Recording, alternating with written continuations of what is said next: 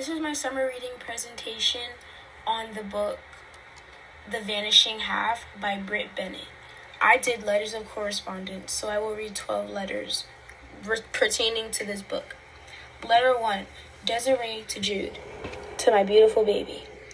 I want to start off by saying I'm sorry. There was a lot that you experienced as a young child that you should not have.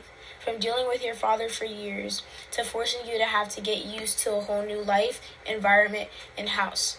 I'm sorry.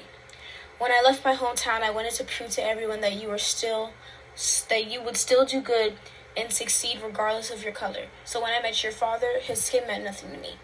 He treated me with unconditional love that I craved my entire life. When I found that I was pregnant with you, I wasn't worried about having a darker baby. I would love you no matter what. I planned to stay with your father and give you all the support you needed. Then, things started to change. I had no choice but to leave, and I'm so sorry that it affected you. I did not want you to have to experience the bullying and the teasing. That was the last thing I wanted you to go through. However, regardless of all you have been through, you have done nothing but make me proud. I am so proud of you and the person that you have become. Getting married and going to school, following your dreams, and not letting anyone take that away from you. When I look at you, I see the person I wanted to be at your age. Not scared, but strong. You're the strongest person I know in my life. And I'm not just saying that because you're my daughter. I'm saying it because it's absolutely nothing but the truth. Seeing you go to any lengths to get what you want. Seeing you never give up on yourself. I will do anything to keep you happy, and I am thrilled to see that you are also doing the same for yourself.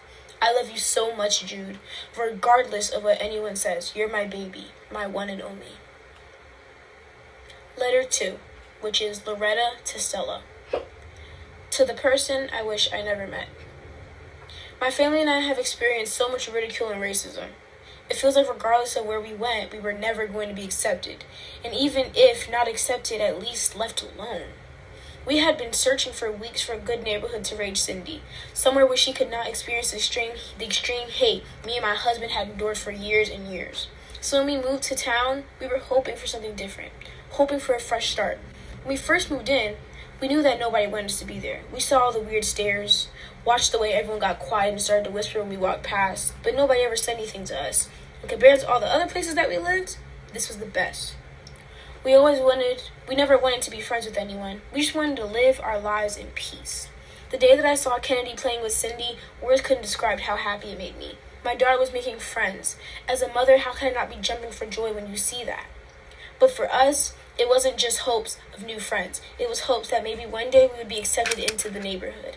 Maybe we wouldn't be chased away like all the other times. But when I saw you sleep with your daughter, all that hope, faith, went away. But I still gave you a chance. I still let you be my friend, even after you let race affect our children. To think that I actually trusted you and thought that you would change, just for me to find out you didn't want people my color moving into the neighborhood. I say all of this to tell you, treat your own people horribly. I'm not even mad at you. It's sad that this is how you treat us. You need to find yourself and embrace your history. You have no backbone, and I am ashamed to say I was ever associated with you.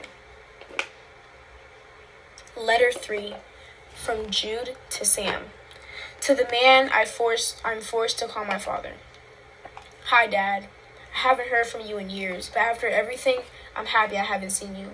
I always knew. I always did. The bruises on Mom's neck, the way she always wore a scarf after one of your arguments, the way she would look in the mirror trying to see if she can cover up a fresh bald spot. I always knew, but I never said anything.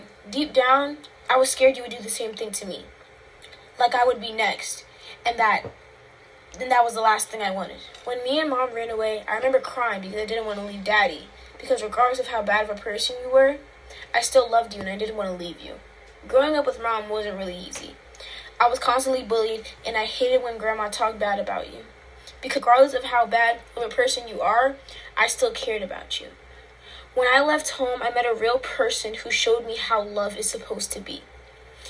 He truly loved me unconditionally and didn't take out his anger on me the way you did with Mom.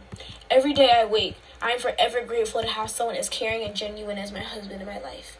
There are times that I miss you, times that I wonder what drove you to do what you did. But I wish to never see you again, to find out the answer to those questions. As much as I don't want to admit it, I will always have some kind of love for you in my heart. I will always defend your name in public. Even after all the stuff you have done to my mother, that still continues to affect her to this day. Letter 4. Desiree to Stella. To my sister. I spent years trying to figure out what was wrong with me, wondering what I did wrong for one of my best friends to leave me, thinking I was the problem and not being able to forgive myself. But now, I realize that I was never the problem. You had plans bigger than me, and you never told me them. Just left me there, in the dark, alone. Growing up, I thought that we would spend the rest of our lives together. I thought that we would solve any problems that came our way together. But no, you left me, left your sister, to go marry a white man and pass as white. You were always the one to follow the system, not question anything, always obey and say yes to everything that you were said to do. You never stood behind me when I questioned the way things were. That alone should have shown me that you would have left me one day. But no, I truly thought my best friend would be there. Not only did you leave, but you erased me and Mom completely from your life. As if you're embarrassed of us, embarrassed of where you came from, embarrassed of who you are. I may be able to forgive you for leaving, but no matter how much I try to convince myself, I don't think I'll ever be able to forgive you for completely abandoning who you really are. Then, mistreating our people as if you weren't one of them? Do you think you're better than everyone else just because you're married to a white man and live in a big house? You're still the same Stella from a small town with her sister all the time running up and down the street. You can try to convince yourself all you want that you are white. You may have this mentality, but no matter what you do, you will always be black. Letter 5. Sam to Early. To Mr. Jones. I gave you one job. There was one thing I told you to do. One simple thing. Find my wife. I didn't care how you did it as long as you did it. When my wife randomly left me and took my daughter with her, I was hurt. I was scared. I wanted my family back. I come to you expecting you to be able to get the job done, not find the job and start dating her. At first, I thought that it would only take a few days, but then days turned into months. Months turned into years. Then, someone sent me a photo of the two of you together. I don't even have words to say to you right now. My first thought when I saw the photo was absolute betrayal. I came to you at a very sensitive time in my life, and you did nothing but take advantage of my situation so you can find a new girlfriend? Shame on you. Nothing but shame. Up to this day, I have no clue what could have driven my wife to leave me like that. Leave everything that we had built over the years behind. I thought everything was perfect. I was happy, and I thought she was happy. When we met, it felt like love at first sight. She was everything I could have possibly asked for in a partner. Funny, nice, pretty. I mean, what else could a man want? To this day, I lay thinking about the life we had, thinking about our beautiful daughter, wondering what I did wrong, and looking at all the things I could have changed. Then maybe she wouldn't have left. A few months after she left, I started exploring with other women, but it seemed like no matter what I did, they were never Desiree. None of them ever compared to her. So I hope you're happy with the woman who's supposed to be my soulmate. Letter 6. Desiree to Mama. To my mother. Hi, Mommy. I miss you. I want to say I'm sorry. I'm sorry for letting you down in so many ways. I always had questions, and I know I always stressed you out, and that I'm sorry. I'm sorry for leaving you alone with no warning. I'm sorry I was gone for so long. I'm sorry for randomly showing up years later with a child, expecting you to take care of us. I'm sorry for all the stress and pain I have put you through. I learned so much from you that I will take with me for the rest of my life, and so will Jude. I'm thankful every day that you took me and Jude in all those years. No questions asked. You cared for us, and you were my only form of mental support.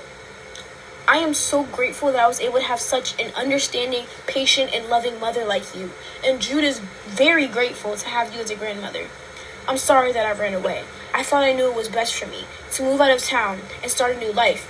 I thought that would make me feel complete, and it did, until it didn't. I didn't know what to do when I left Sam that night. I wasn't thinking. It was like my brain was on autopilot. I just left, and I knew I couldn't turn back. But then, my life was everything. But even when my life was everything I asked for, before it all went downhill, I still thought of you every day. Thought of how you would teach me and Stella. Thought about how you would watch me and Stella play. How you would make meals and the smell would fill the whole house. How you would kiss us goodnight every night, and sometimes I catch you watching us sleep. I love you, Mom. And I'm so sad that you're gone. But I will forever be happy because a piece of you lives through me. Letter 7. Kennedy to Cindy. To someone I'm sad I lost. Hi, Cindy. I know it's been years since we have talked, but I want to clear the air because if I'm being honest, I've been thinking about you. I never forgot you, and I don't think I ever will. When I first found out that there would be a black family moving into the neighborhood, I didn't know how to feel.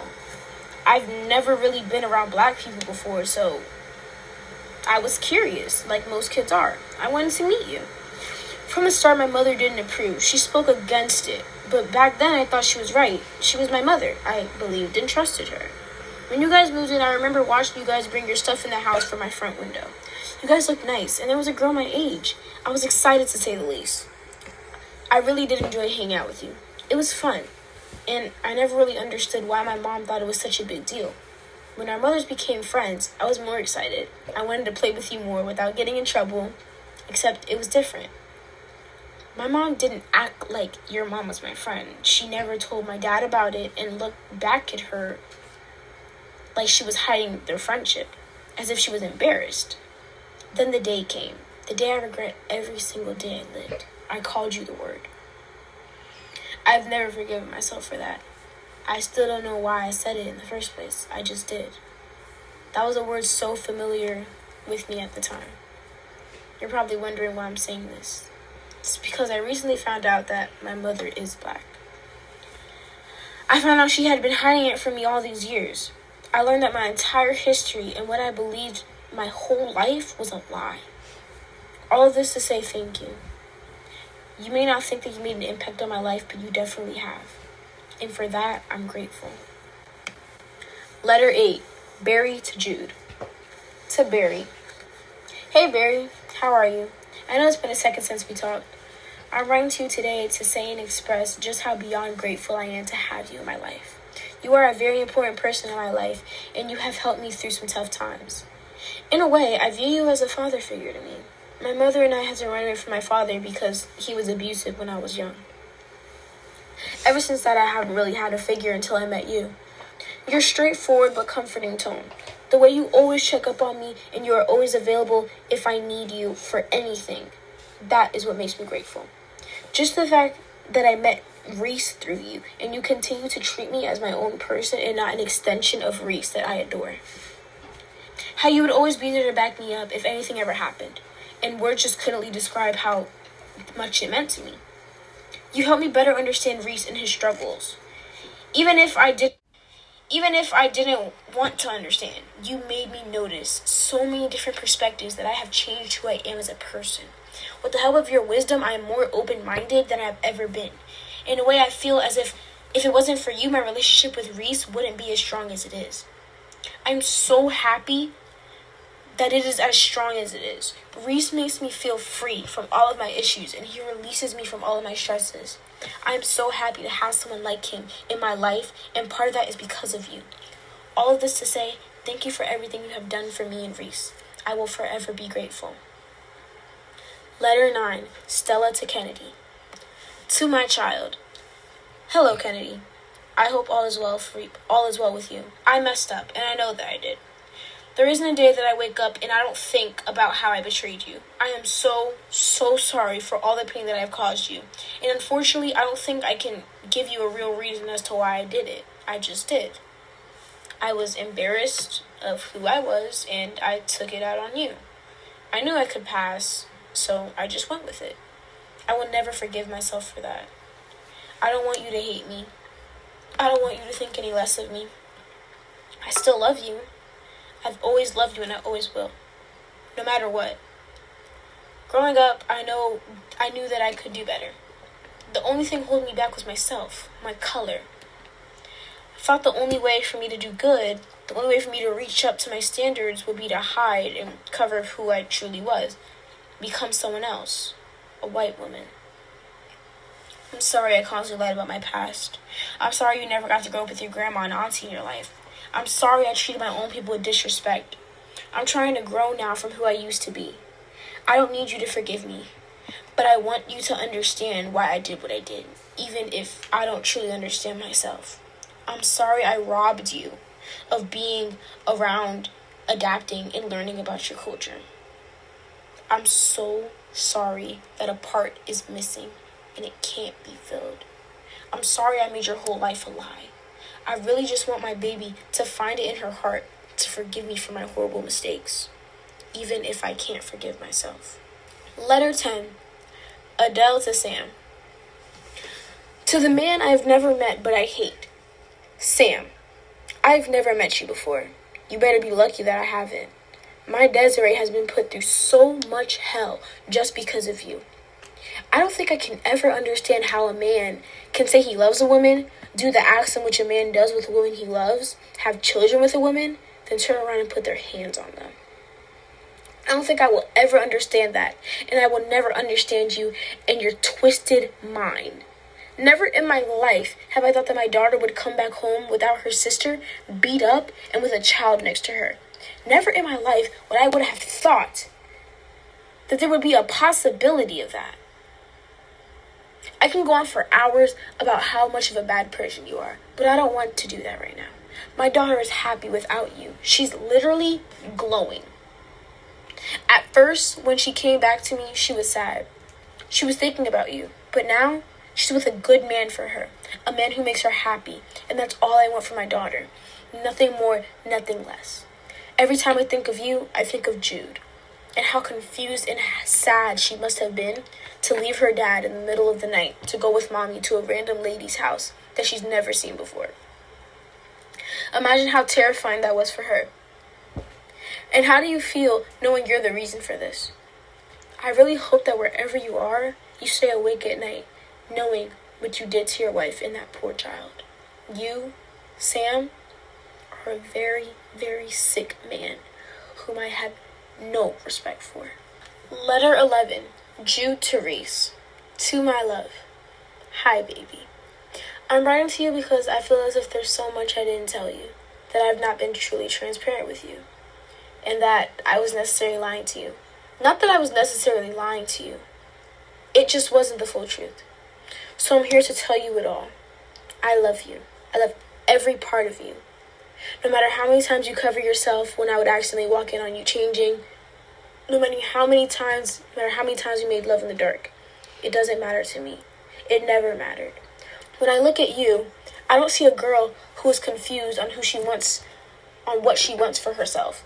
A girl who is going through a phase, or a girl who will never be truly accepted in her own skin. When I look at you, I see Reese, the best person I've ever met. The amount of pure, tender love I have for you in my heart is way more than I can ever express into words, but I'll try. I love every bit of you, inside and out. I never looked at you for you or your body, and I never will. I looked and turned to you because you were the only person who accepted me. Coming from where I did, living with my father, my mother living in a town who looks down on Negro girls who don't resemble a paper bag, I was never accepted. My mother would tell me she loved me, but her good was always overshadowed by all the bad negativity I was exposed to at such a young age. So when I saw you, it was an escape. It was the one time I actually felt free and loved for who I am, not the color of my skin. So trust me, I would never be one to judge someone for what they look like. We both know what it feels like to be a stranger in your own body, to feel like you don't belong, but you have the confidence to change that.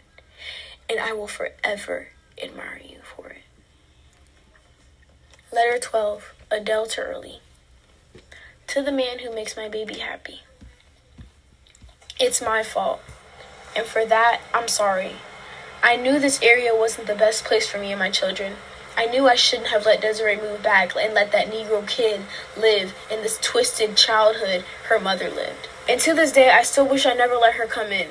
Every day when Jude would come home from school, dried tears rolling down her cheek, her nose red and sniffling, I understood the consequences of my actions and how it affected the people that I care about. With all of this happening, my daughter didn't need a friend or someone for her. She would have she had too much to worry about. There was too much on the line, too much that could be ruined. A man would have just made it worse. I know it may have seemed I never liked you, but that's not the truth. You're a respectful young man who I can say with confidence makes my baby happy. You made her complete. You made her feel less stress. That's something that I, as her mother, could still never do for her. But you did it. And deep inside me, there is some jealousy in that. But my baby is happy. And you make her happy and her baby. That's all I care about. That's all I need. I know that sounds bad, but you must understand where I'm coming from with this. My baby has been through so much. Grew up in a place that didn't accept her. Her sister and her best friend left her. She got knocked up and had to run away. There was so much on the line. So much. I've never seen my baby so happy now. Only when she was with her sister. She had a void in her for so long, and you filled it. For that, I respect you.